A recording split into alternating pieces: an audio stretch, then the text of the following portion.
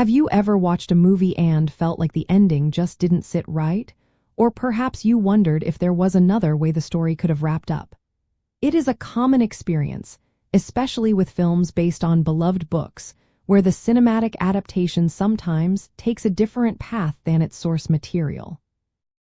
Yes, there is indeed an alternate ending to the movie Cujo, which deviates significantly from Stephen King's original novel. The theatrical releases of Cujo presents a different, arguably more hopeful, conclusion for its main characters compared to the bleak and tragic fate depicted in the book. The primary reason for this change stems from studio pressure and a desire for a less devastating cinematic experience. Stephen King's novel is known for its unflinching realism and often dark conclusions.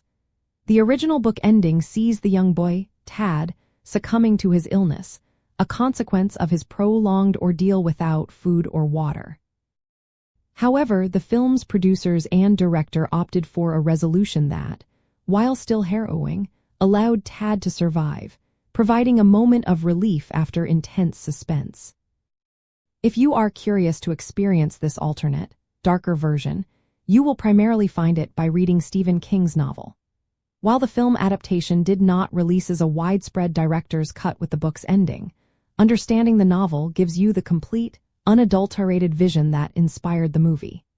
Seek out the original print version of Cujo to fully grasp the profound differences and the grim, impactful conclusion King initially crafted.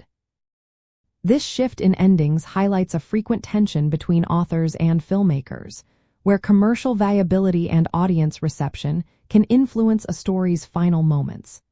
Director Louis Teague, despite preferring King's ending, eventually agreed to the studio's request for a less bleak conclusion for the film. This decision ensured the movie ended with a more widely palatable outcome for general audiences, even if it meant diverging from the intense emotional impact of the novel's original design.